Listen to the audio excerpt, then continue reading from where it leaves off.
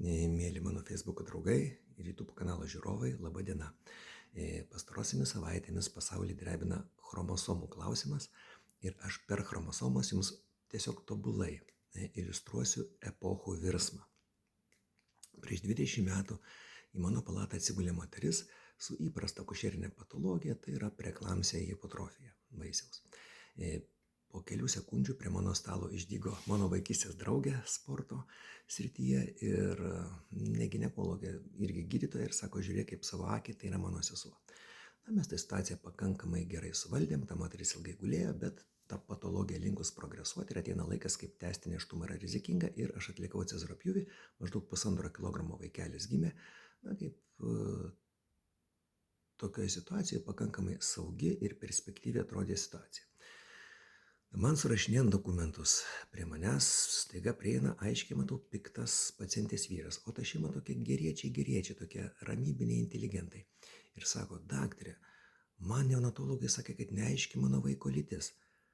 Ir man taip ištraukęs didelį fotoaparatą, jau buvo skaitmeniniai, vis rodo to vaiko klinelio nuotraukas. Sako, kas čia? Ir kiekvieną kartą sakau, čia yra kiaušinukai. Tai va, sako, kaip gali būti neaiški lytis. Na, aš paskambinau neonatologam. Jau nuotaika mano irgi krito. Ir sakau, kas ten yra? Na, sako, yra stigminis vaikas, kas rodo genetinės ligos požymis, reikia tikslinti chromosomas.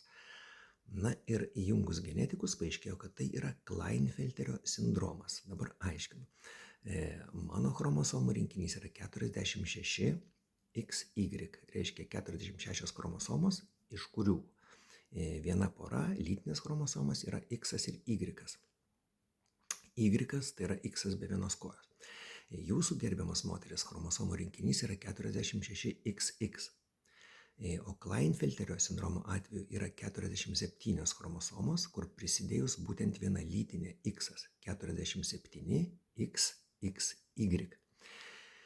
Tie vaikučiai, įdėjus nemažai darbo, pakankamai sklandžiai išsivysto, normaliai gyvena ir aš paskui tą vaikelį mačiau po kokių gal 10 metų, jo mama vėl gulėsi gimdymui ir tuo metu viskas baigėsi jau be jokių klaustukų, labai šventiškai, kaip jūs gerbiamas moteris ir norėtumėt. Ir tas vaikelis atrodė visiškai normalus berniukas. Na, bet tada įsiaiškinus tą patologiją, vaikui per kažkur reikia daryti siusiuką, kaip seksualinės funkcijos organas pimpaliukas, jisai ten svarbus tampa tik tai po 20 metų, kad ten gerbiamas moteris jums suteikti, vos nepasakiau malonumą, visiškai užmiršęs, kad Lietuvos moterim seksualinis gyvenimas išimtinai sukelia kančią ir skausmą. Čia turėjo būti labai juokinga, atsiprašau už lyrinį nukrypimą, tai va tą vaiką konsultavo ir urologas. Ir jisai sako, nu ką, sako, ten pakankamai mobili uretra, reikia operacijos, suformuosim pimpaliuką, viskas bus gerai. Ir aš tada taip vat jau užklausiau. Tos, kaip dabar mums įkyriai brukamos visokios su lytim susiję kvailystės, tai tuo metu dar buvo ten tik tai 0,5%, galbūt ten tie Berlyno meilės paradai. Tas vaikų urologas, na, jisai tiesiog savo srities šviesulys ir toks pavyzdys kultūros ir empatijos, tikrai puikus specialistas, dėl mūsų visuomenėje dabar siautėjančios, na, tam tikros labai agresyvios ir nepakančios kitai nuomonė žmonių grupės, neplenkiančios dėr medikus, aš nesakysiu jo pavardės, tiesiog nenoriu žmogui pakenkti. Didelė laimė turėti tokių specialistų šalia, kur tu gali kažkam parekomenduoti, kad pilnai išspręs žmogui problemą, ko negali kitos srities daktaras.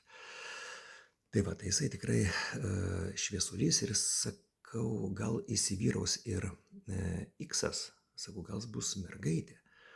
Ir tas žmogus, nes matot, ir genetiniam lygom susirgti reikalingos tam tikros sąlygos, ne visom, bet mes visi esam džiovininkai, mes visi esam herpetininkai, visi esam kandidozininkai, bet kad susirgti tom lygom reikia mums labai nusilpti. Kartais panašiai būna ir su genetika.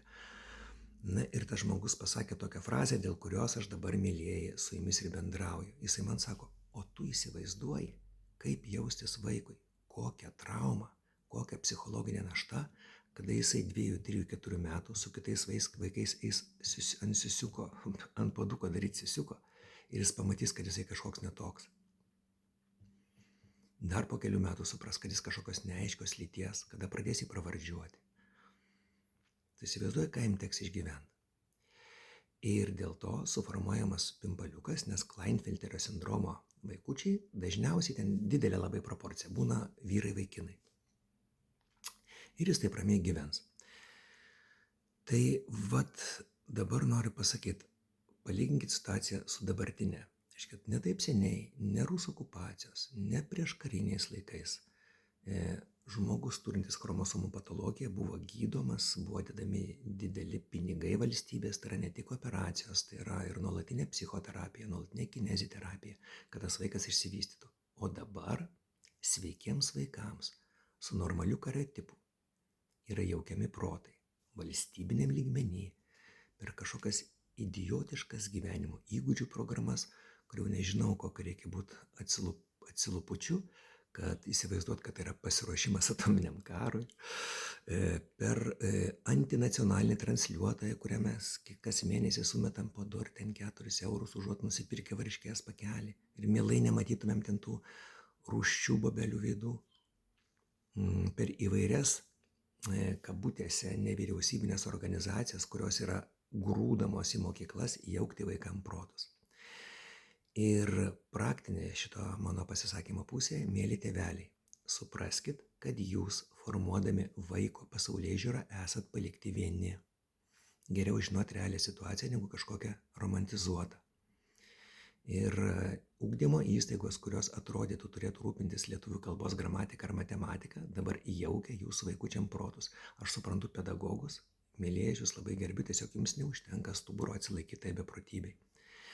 Ir jūsų kantrybė ir nuoseklus darbas gali jūsų vaikučius palikti teisingo mąstymo kelyje. Taigi, būkit svarbiausia, pirmiausiai kantrūs ir sklandaus darbo su vaikučiais ir gerų jums gyvenime chromosomų.